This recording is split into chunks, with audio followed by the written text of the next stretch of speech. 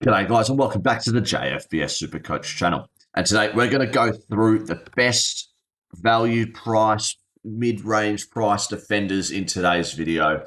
So these are guys that are not going to be exactly primo. They could get to primo, but they're probably about 100, 150k cheaper at most. So you're probably looking around your 400Ks, your 300Ks, and probably a bit less. We're looking at different prices. None of these will be rookies involved, so just keep that into account that maybe you'll have maybe one or two of these guys, and then you've got to fall back to, having one or two premiums and then having a couple rookies as well. So just keep that in mind. Don't try and have all these guys on your team. Just see how your gut feels about each player. So I've kind of written them down on my phone here, and I'll go through them all.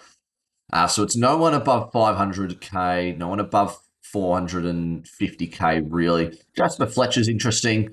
I can touch on him for a little bit. I know he's just probably under the primo price of 500k, but I personally see him improving a lot next year, but it's going to be difficult with that Brisbane team with Fletcher, Wilmot. Zorko is going to be slowing down a bit. You got Kadein Coleman trying to get in. You've got Answorth and Duday trying to get into that Brisbane defence. So they might chuck them midfield. I have heard some Brisbane Lions fans that they might just shuffle some midfield minutes as well with Wilmot.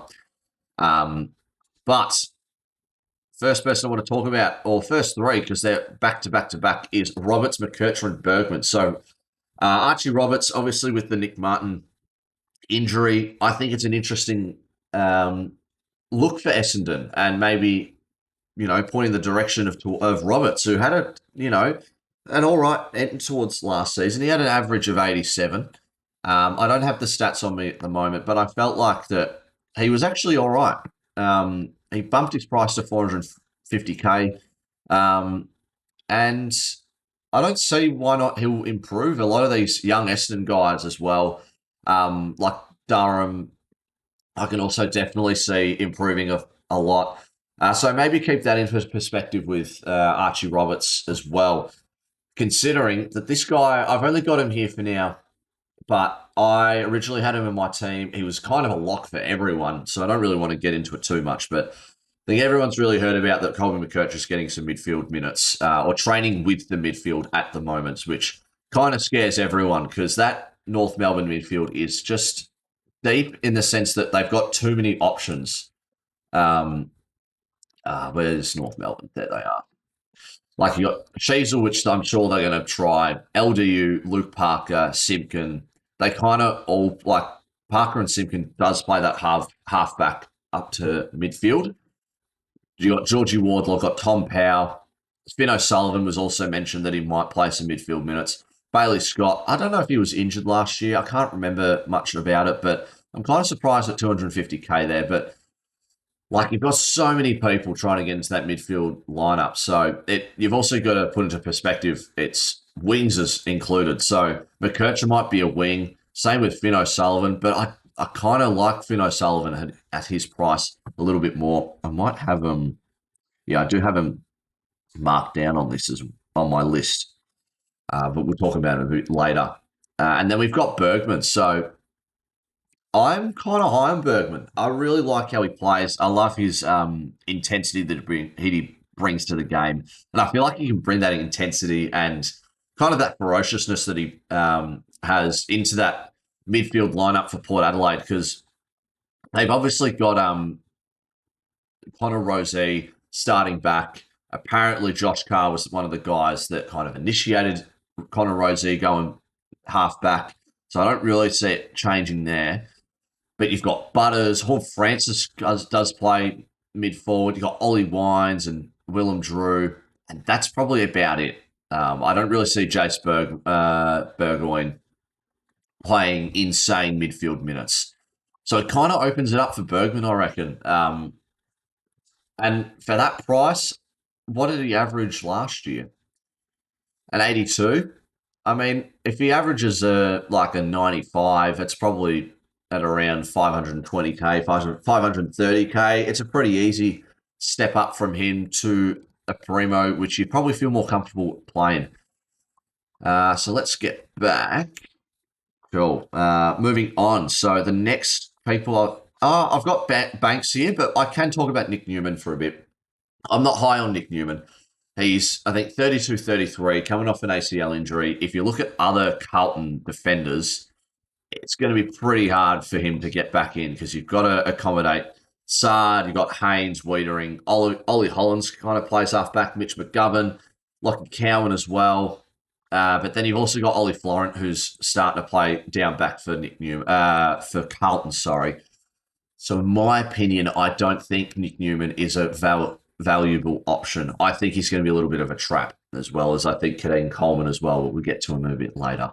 But Sam Banks, it's kind of interesting because I never really felt high on him as much as like the average AFL fan, because obviously I'm a Richmond fan. It's kind of a bit weird where I'm like, oh yeah, he did average 81. I did have him in the back end of last year just for fun because I had one trade left, didn't have much money to use. So I was like, oh, stuff it, I'll use it on Sam Banks. And it was kind of around that 81 area. Like he had I reckon the highest he had last year was maybe a 90 for me. But then he'd have games where he's like in his 60s or 70s. But he was mainly averaging around those mid 80s, which is fine, but you kind of don't want that at the start. You might as well just pay up a few extra, like $1,000 to a primo. Like that's just my opinion on Sam Banks. But at the same time, like he's going to improve. He's still young. He's the main guy that's coming off that half-back role for Richmond. He's really unlocked it now. But it's going to be interesting how Richmond rolls with, because I really like Sam Grill as well, who could play half-back. They've obviously got Jane Short, who's been doing it for years. And then, once Short or Banks goes off the bench, then you've got Tom Brown, who sometimes plays it. At the moment, he's playing kind of a lockdown role. Got Nathan Broad as well, who kind of does that in Vlosten, obviously. So I'm not very high on Banks, but look, if you are confident and you do your own research and you are very, very high on him, there's no point of me saying, don't go for him. If you genuinely think that he's going to be good, go for him. Just for me, I don't think I could trust Sam Banks at this current moment. We'll just keep him there for now.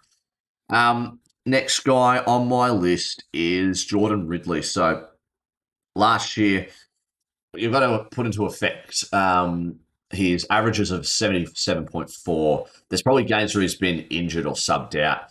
So probably why his average has just plummeted quite a bit, and it's at 418k. And look, as a player, Jordan Ridley is great, but his body doesn't want to listen to him half the time. So he's probably not. I mean, if you've got no other option and he's like fully fit and firing for the 2026 season, I would rather him than Banks, in my opinion, because he's a bit more like solidified in his area, in defense. In all the back line, I'm sounding like a bloody American. The defense.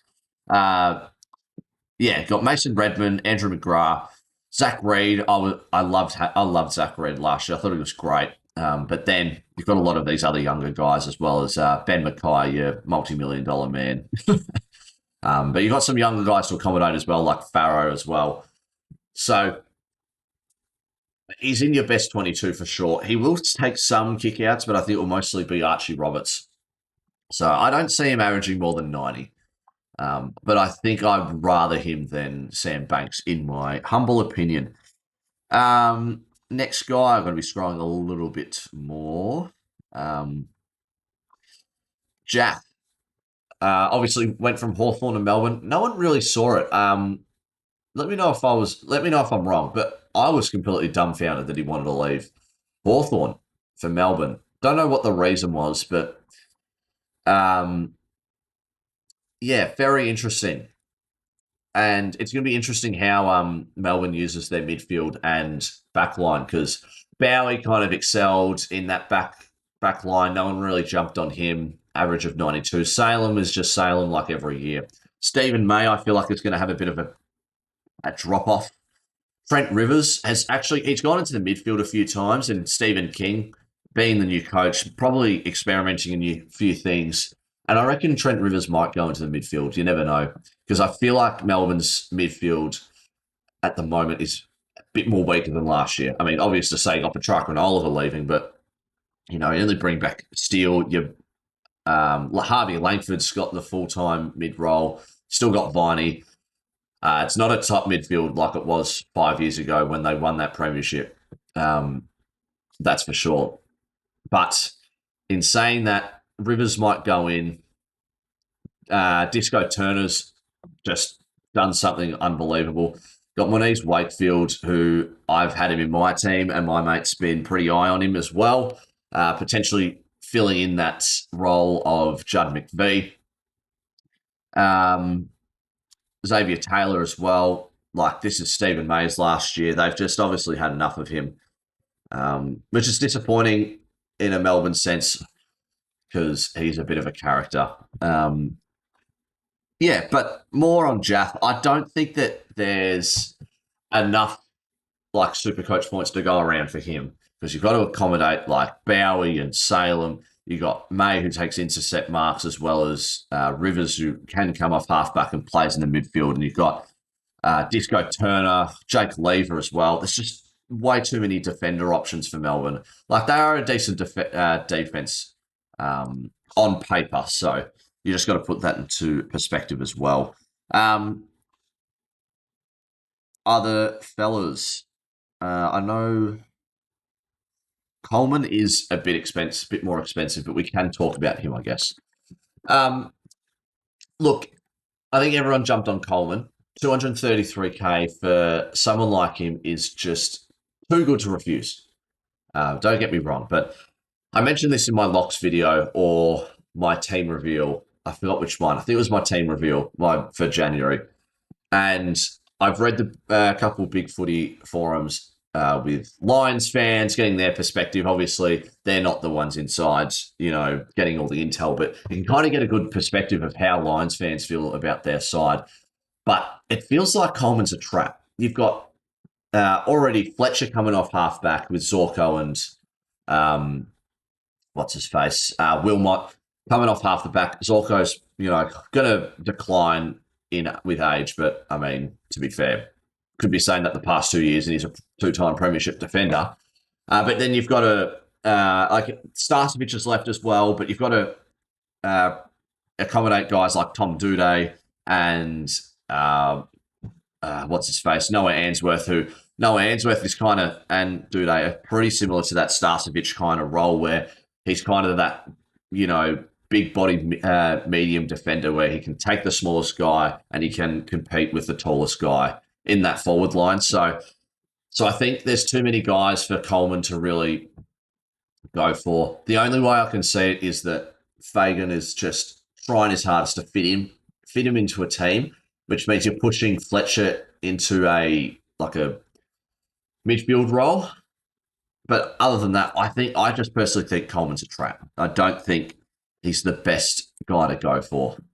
So we'll just get rid of him. I'll get rid of the guys that I'm not a big fan of. So these three are probably my top three at the moment. I'll just do this by searching up because I'm not going to scroll down. Sullivan, he 58 average last year, played all games except for one. The reason why I'm saying him is because I think he was just a bit slow. Obviously, the way he impacts the game didn't really showcase for his average here of 58 and was coming off halfback. But now, kind of similar talking about with Colin McKercher, it's going to be a bit different now with Finn O'Sullivan because he has been playing a bit of midfield. That's where he was playing throughout his junior years. And I really hope they do play in midfield, like as a tall midfield guy, kind of like that, Patrick Cripps, Marcus Bontempelli, Jordan Dawson type. Excuse me. And I feel like Finn O'Sullivan could do really well. And 340K is not a bad price to experiment with those type of players. Pretty similar with Darcy Parish. Like, he's only 20K cheaper than Parish. But I feel like it's not a bad idea. Even if he plays wing, I feel like his average will go up. He won't be a huge money maker unless he gets inside the midfield, but it's just one to keep an eye out as well for that North Melbourne midfield. Next one. Now, I don't really know how I feel about this, but at 310k, Judd McVee. If we do look at Fremantle defenders, who are their halfbackers? You've got John Clark. You've probably had Banfield, Warner. But I think McVee wanted to go home, obviously, to Perth, but also kind of unlock that halfback role. So you've got Jordan Clark at 568k, average of 105. And you've got Judd McVee, who averaged 57 last year. He played a bit more of a lockdown role very well for Melbourne, which I think that's what Jack's going to do when he's going to fill in that Judd McVee role.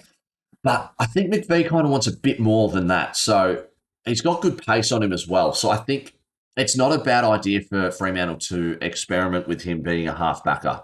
I'll just put him in this team for now. I don't mind him as an option as well. I don't know. I think he'll definitely, I reckon maybe a 75 average, 80 average, which is, maybe around 400k. He's making you 100k, which I know that doesn't seem like much, but for the meantime, it's not a bad option in my opinion. All right. We've talked about him as well. No one's really talked about Starcevich way too much, but when you look at the Eagles' defense, you've got guys like McCarthy, Baker. Baker goes into the middle. He does play halfback, but he's very 50-50. Marich as well. Duggan is kind of that back pocket, comes up and, what am I trying to say? He's a halfback option. You've got Jinby, who's the lockdown as well. Tom Cole as well. They brought in Tyler Young as their other halfbacker. But then they've got Starcevich, where he is a great lockdown defender. Probably, it just sounds right where his price is, 270k, average of 50. But I don't know. I feel like when you go to the Eagles, it's a bit different when it comes to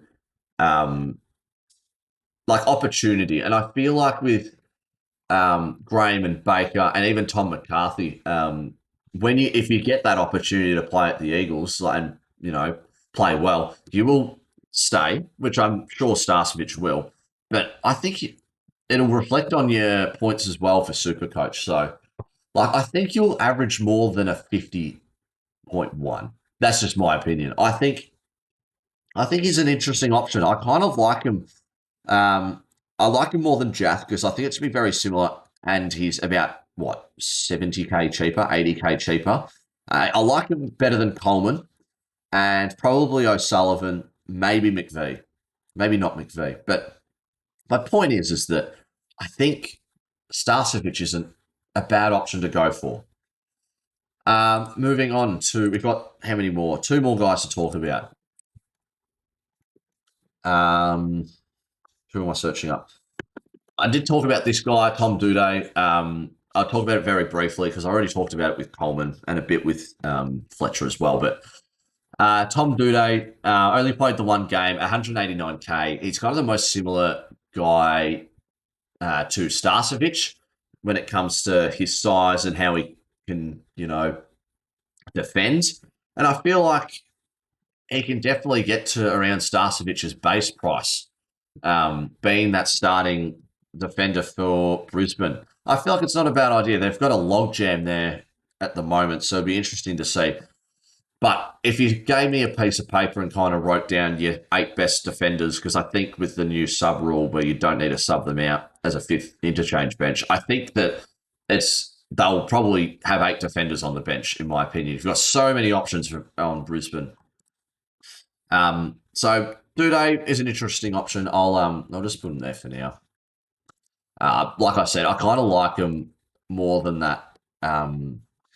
Sullivan, Coleman, Banks option, Jath definitely. Last guy I've got, I don't really know much about Jai Sarong. He didn't play any games last year, but for Sydney, got traded for very dirt cheap. So if you look at this Sydney defence, maybe he's a hole that he can fill at Sydney. But we've obviously seen in the past, I think it's his name's Billy Cootie from the draft this year. But look, you've got to accommodate a few guys here. Callum Mills might get thrown into the middle. Matt Roberts, Nick Blakey, Dane Rampy, Riley Bice played most of the year towards the end. Cunningham, I think he got injured, but still, you got Wicks who played a bit more forward. Am I thinking of the wrong guy? I might be thinking of the wrong guy, but and then Joel Hamling as well. There's a lot of it's very spread out the amount of games, but you also got to realise there's probably injuries come into play. Like Callum Mills missed half the year. Riley Bice didn't play until halfway through the year. I'm sure Cunningham looks like he's been injured. Same with Melican. Guys being dropped. Joel Hamling. I mean, Nick Blakey and Roberts. Roberts had an injury, I think. But I don't know. It could be an option. I don't know. I need to do my own research about Sarong. I need to probably read some big footy forums about him or just get some, training notes from the Sydney Swans. But I think that'll do it for me. I'll do a very quick overview of all the mid-price guys. If there's anyone that would be interesting to go for at the moment. Sard, no. Dan Houston's really fallen. Hopefully he does well. I feel like Houston's an interesting option because he took a year to he didn't really train. Apparently his preseason was a bit crap, so maybe his preseason this time around is a bit better. He's a bit more fit and he can go back to what he was last 2 years ago in his last year at Port. Is there any other guys? I don't want to be too silent. You guys are just watching me scroll. So I'll try and fill out this empty void noise. But to be honest, as I'm scrolling, there really isn't that many options, I'll be honest. Yeah, I think I'm probably going to stop. But Caleb Wins is interesting. He plays midfield, 280k. I think they did try and experiment him off the back, but I'm probably not going to go with him. Might go back to to wing. I think that's about it. Bustlinger, with Liam Jones going down, same with Connor Butterick. I know he's in the forward line, but Bustlinger and Butterick are going to be interesting potentially. Yeah, I think that's it. But yeah, those are my best mid-priced defenders, in my opinion. If I had to do a ranking, it would definitely be Bergman 1. I think Roberts would be 2, and then it's between like Duday, Ridley, McVee, then Starcevich, then guys like Sullivan, Coleman. Jath is towards the bottom, but yeah. Thanks again for tuning in. Hopefully you guys have a good one. I'm going to be posting more AFL content all throughout pre-season and obviously throughout the whole season, AFL season in general. So stay tuned. I'm probably going to try and do it once every day, once every couple of days. So content's going to be flying. Thanks for tuning in. Thanks for tuning in again. God, I can't speak. Hopefully you guys have a good one. Let me know your thoughts and feelings on some of these guys that I've mentioned. Let me know if I've missed out on anyone. Thanks again for watching. I'll see you guys next time. Cheers.